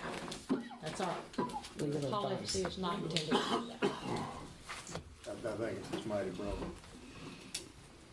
Okay, well, the motion passes with one no by Director Semang. Noted. Thank you. Okay, next item on the agenda is item 5D, discussion and possible action on the 2022 financial year-end report and possible budget amendment. Mr. Totten? Thank you, Mr. President, members of the board. You should have received a final year-end report for the calendar year of 2022. And what you'll see is there are some categories that we did go negative on, and I'd like to go through those and before we talk about the budget amendment. If we start looking at our line item 5,000, which is labor, obviously we wrote the budget before the board voted to change the pay structure for board compensation, which resulted in us going over in that line item. Additionally, every year we kind of have to guess what the federal government's going to do with regard to income tax. So we underfunded our FICA contributions by about $2,000. So we'll need to correct both of those items. But all told, if you look at all of labor together, there was excess money in several other line items that offset some of that. So all told, under line item 5,000, we were down about 21,000 for that item. Office supplies and postage both ran higher than expected for this year. We had a few more notices that we had to mail out, and a few other things that cost us in terms of postage. All total net for the supply line item, 6,000. We came out about $800 above the expected budget. If we go to professional services, for hydrogeology, we exceeded the hydrogeology budget by around $26,000. Largely, that was wrapping the cost of the new database in under the hydrogeology line item, for lack of another place to charge that. But taking into account all of the other line items under professional services, we actually ended the year net up $130,000 in that area. So we have excess funds there, which we'll be using later in the budget amendment to balance these other items out. And then if you skip down to operating expenses, you can see there are several items where we had overshoot. We changed to our new VoIP system that cost us a little bit more money to get up and running. So we went over there. Mileage reimbursement, y'all traveled a bit more than normal. So that, we had overrun there. Registration fees, part of that traveling was you were going to more meetings. We didn't typically, we budgeted for typical attendance. I'm happy to spend that money. I'm glad for y'all to be at those meetings. So we are about $2,100 over on that. So we'll correct that. Dues and subscriptions, I believe TAG raised its rates on us without, they raised it mid-year, so we came up short on that line item. And then there are, office equipment, building costs, and obviously the mitigation fund, which we have written in, but we did not have cash necessarily set aside for, so we'll need to true up the mitigation fund. And then some additional costs for the website for additional storage, and I believe we ended up having to pay a bit more for our domain services to store email. Now, what you'll see at the bottom of that at 8,000, for the 8,000 is a very large negative number, 245,974. But that does also include the cost of the purchase of our building in December. If you back that number out, the $235,299.64, all told, we were actually up about $10,000 above for the operating expenses line item. So what we have all total, when you put all that together, we've prepared a budget amendment, which is going to move around, it'll move exactly $120,665.35 from line items where we have excess funds, and then bring the areas where we were deficient back up to zero. And so that budget amendment was prepared and sent to you ahead of the meeting. It's budget amendment number 12023. And I can read through all of the changes here, but they're basically the shortfalls that I read previously. We were looking to cover those by moving $117,286.15 from legal services and $3,379.20 from architectural services, and take that, which gives us the $120,665.35. And then we'll split that up to cover all the places where we came up short in this budget cycle. If you have any specific questions, I'd be happy to. Yes, ma'am. Would you refresh my memory of what the total that we paid out in mitigation funds is to date? What we have here is, for this year, it was $46,584. And was there any for the previous year, or did it start in 2022? No, last year. You would have all been last year, yes, ma'am. Last year was 100 and something. It was Okay. over 100,000 last Okay, year. so this was just the tail end It's of about it. 150,000 total, Okay. wasn't it, Elvis? Okay. 150,000 total. It was something like that. It was on the order of like 150,000 last year, Yeah, roughly. okay. Because this would have Roughly. been just for the first 2 months of this year, I'm sorry, 2022. Okay, thank you. So this budget amendment basically just takes the projected expenses and makes them equal to the actual expense. So yes, basically, this is just an exercise in taking money that we had in excess line items and bringing it, so that everything either ends zero or positive. Right. Yes. So it makes it all pretty at the end. But and again, I asked this earlier, but there's no requirement or regulation or law that says you need to do that. But it makes things nice at the end of the year when everything adds up to zero, I guess. As far as the law, I don't know. This has been the board's practice for the 10 years I've been here, so. Fine. That's good enough for me. Well, That's good enough. Annual budget is required under 36, and you're supposed to consider your financial statements. So to have them as accurate as possible, I think, is a good practice. Sure, sure. was this taken into consideration when you formulated this next budget? Probably. Some, but not all. Okay. I mean, obviously, you can't predict. Right. We don't have a crystal ball, so you can't. Okay. But yeah, we tried where possible. Well, that makes, Director Rogers, just in full disclosure, 2 months after we approved the budget for this year, our web service came back and went, oh, in inflation, we're gonna have to raise your rates, so. Okay. We already know we're under budget for that. I'm working on trying to cut some costs on them, but, the It's just- budgets are our best guess for the upcoming year. Exactly. It's just a best guess. There's no way to get it completely accurate, so, okay. Although, I'll take it on, this is the worst one I've done, so I've never been off of this many categories. Well, can I make a motion that we approve these budget amendments? Yes, you can make a motion. Well, let me ask you, is there any further questions on the budget amendment or the financials? Okay, sure, yeah. I make a motion that we approve this budget amendment number 1-2023. Do I hear a second? I'll second it. Okay, hearing a second. All those in favor? Aye. Aye. Any opposed? Hearing none, motion passes.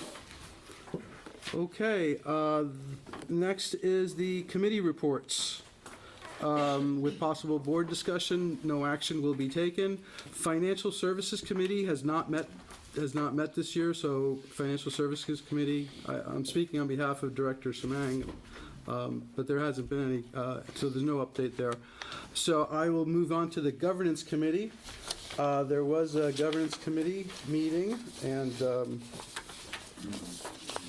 I had my notes. Yeah, thank you. I'll take yours. So we've met on February 1st.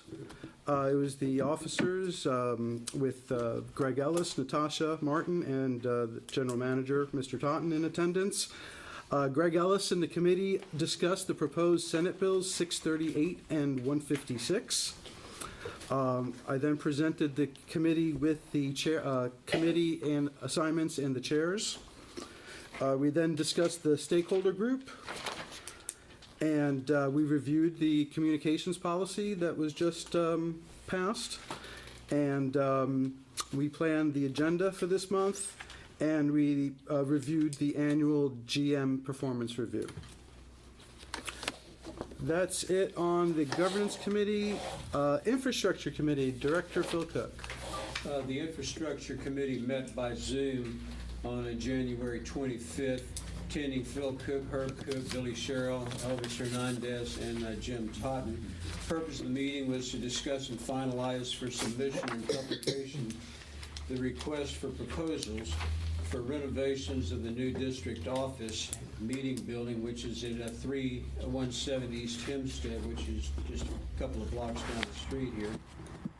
Previous draft of the RFP was updated and amended to be submitted to April Griffin for review and final editing and for publication. It was published. The committee discussed options for housing the district's office until the new building renovations could be completed and the building occupied. What's the deadline on the bids? 24th. 24th of February. Oh, 24th is the deadline, and we had an open house last week. okay, And we have 3 bidders at this time. great, great. Randy Page.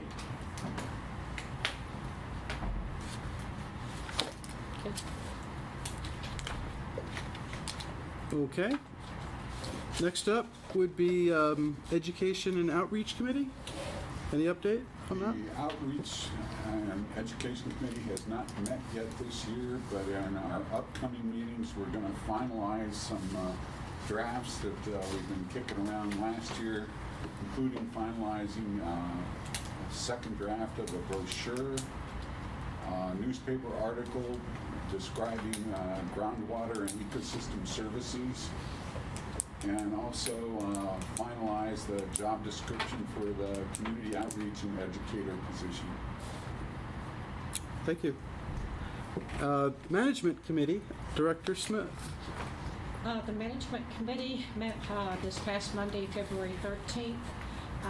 We met with, by Zoom, LRE members Alan Standen, Bill Hutchison, and Vince Claus joined our meeting to discuss timeline for deliverables on the scope of work.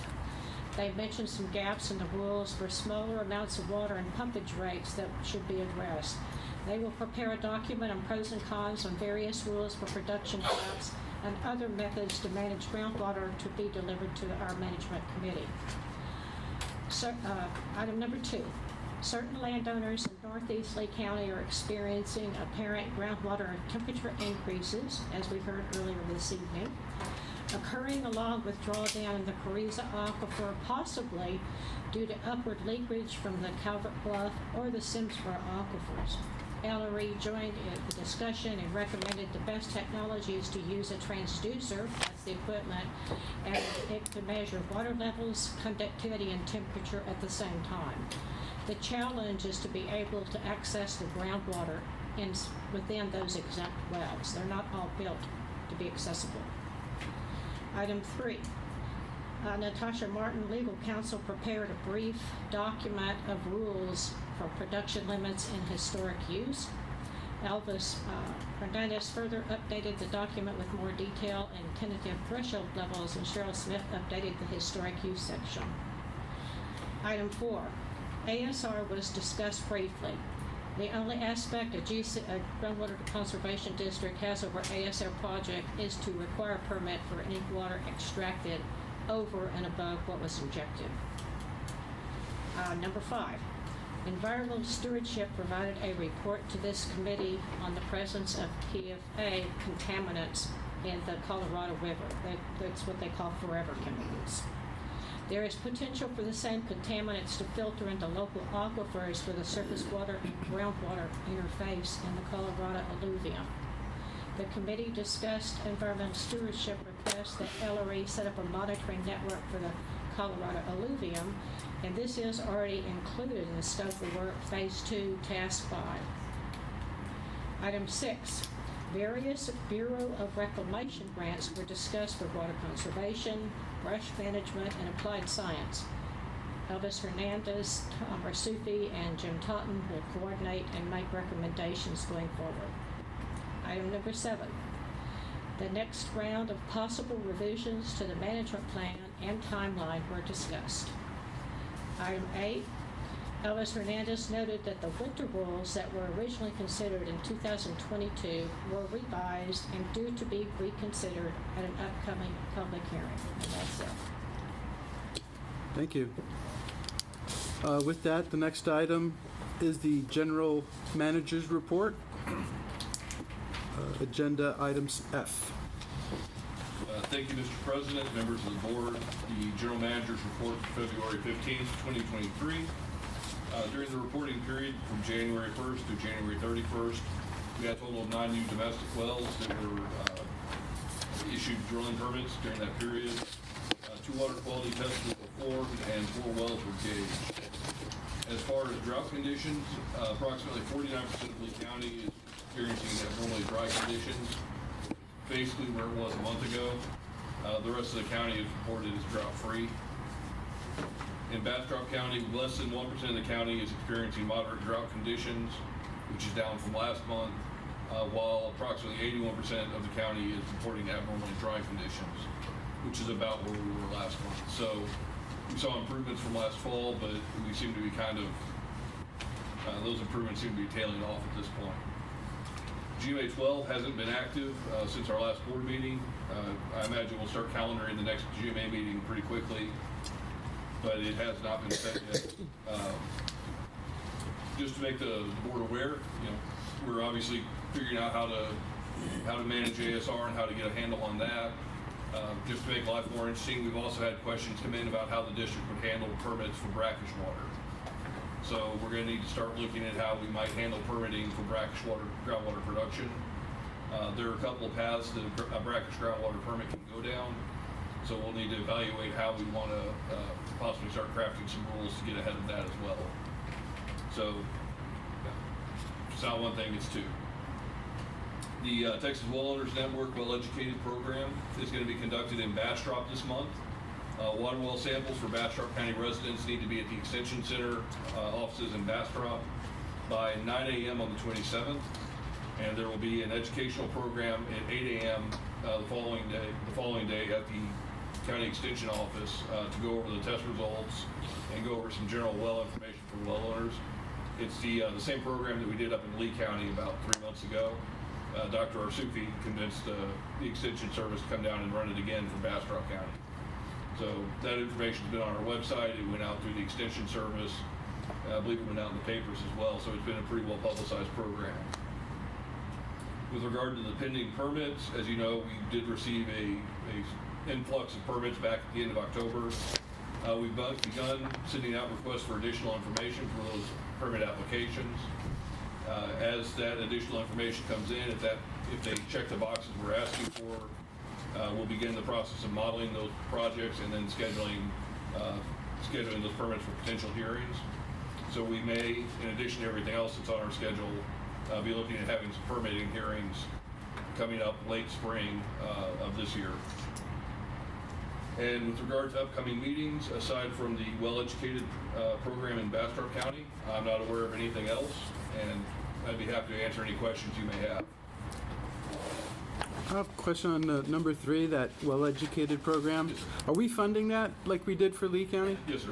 We're underwriting the cost of the water test for that. Great. And could you give an update on the Smithville offices? Oh, yes, sir. If I seem bolder than usual, it's because we have secured a lease for the office in Smithfield through the end of the year. I got scalped on it, but it fits within our budget.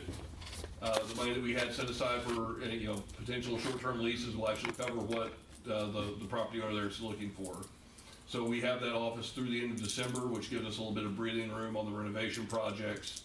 I'd still like to get it done and get that transition done, but we're no longer feeling like we might be homeless at any moment. So it was probably worth a couple of hairs to get that done for us. But we'll be in Smithville for the time being.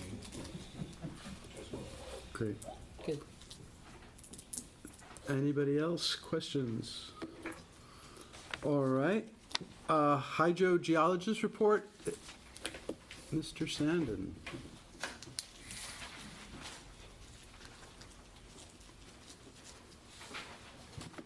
Good evening, board members.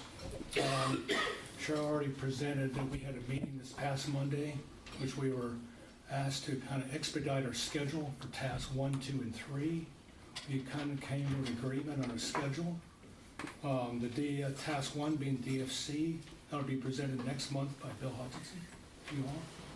Task 2, the aquifer threshold. A little closer to the mic, please. Oh, sorry.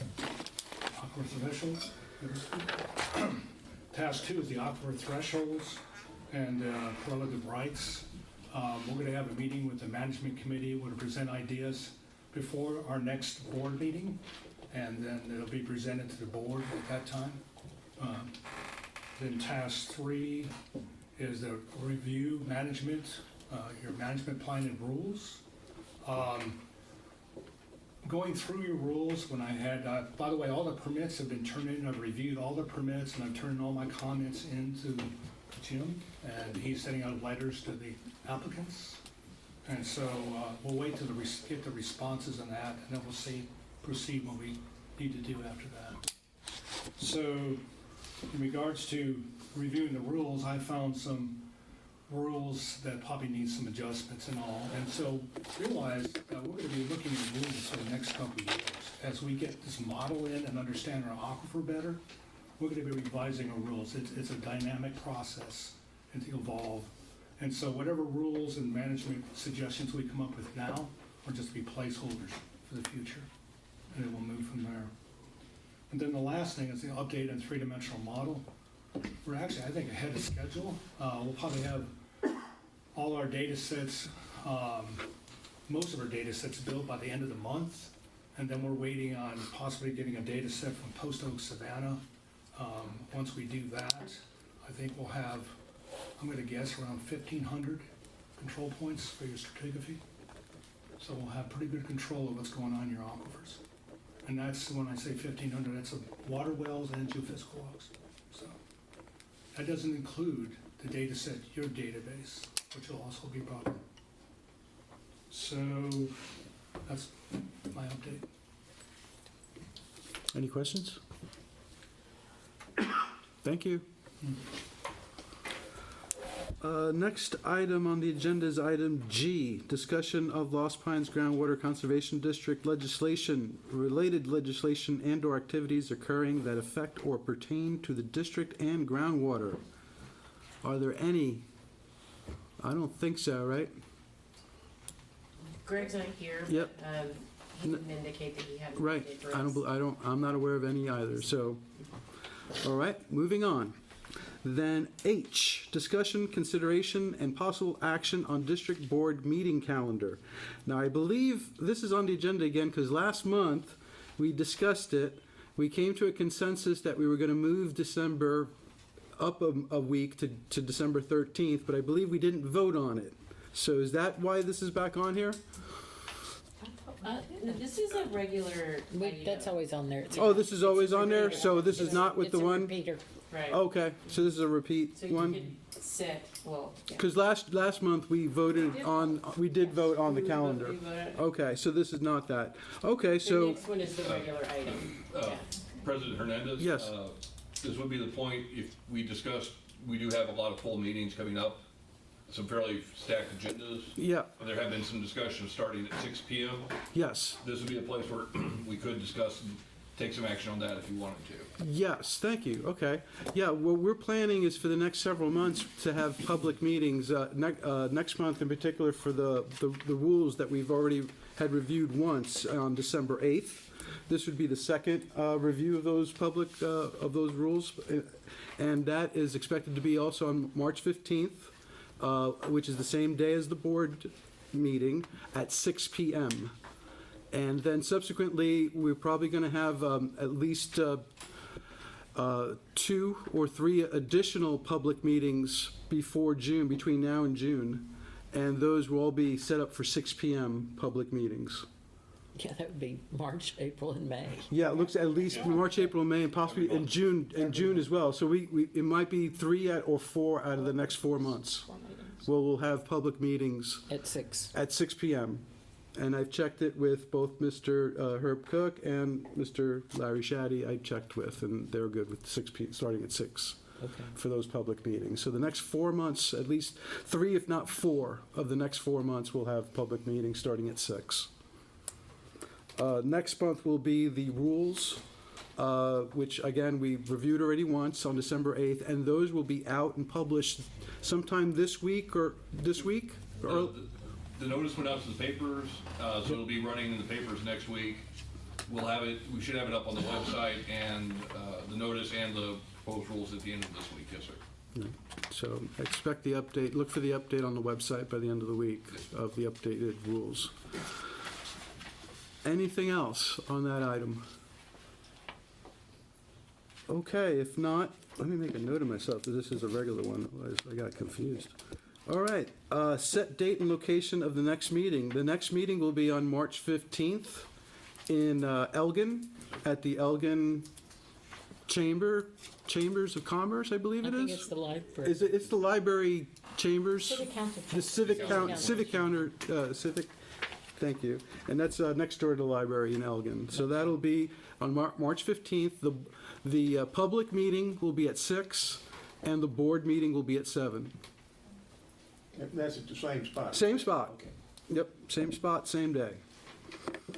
I mean, the Elgin location is the same spot we've been. Correct. Yeah. Yep, the Elgin location is the same location we've been meeting for the past year. Okay, so that's the next meeting. Item J, consideration of future agenda items. Anyone want to bring a future agenda item up? All right, hearing none. Moving on to item K, discussion and possible action regarding Gatehouse Water LLC v. Lost Pines Groundwater Conservation District, et al., cause number 1:22-CV-00132, United States District Court of Western District of Texas.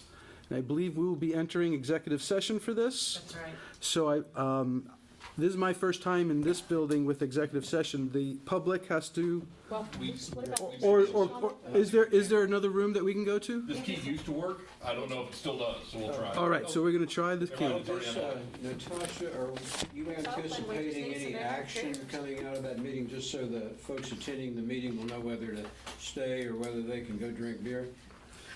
Well, I There's will 6 chairs. ask for an action, just based on our discussion, Okay. but we won't really discuss the action. There's 6 chairs in here. They just said do not take these chairs off the dais, so. That's we can fine. stand. So we'll, Yeah, it's- okay, it's so we'll recess at, it is currently 8:59. 8:59, and the directors will recess to this back room. Yeah. Thanks. Yeah, really, that was pretty late. I pulled in pretty late to the old rent show. Situation, he goes to bed early, and I usually follow her 30 minutes later. Get up now, you follow her at 5 o'clock in the morning, walking around looking, flipping chapters already. 1:30 I wake up. Okay. If we're all ready to start back up, please. I will call the meeting back to order at 9:13 PM. Do I hear any, a motion from any director? I make a motion that we request our legal counsel to proceed as recommended in our meeting. Do I hear a second? Second. Second by Director Herb Cook. All those in favor? Aye. Any opposed? Okay, the motion passes. With that, the agenda is done and the meeting adjourned at 9:14 PM. Thank you.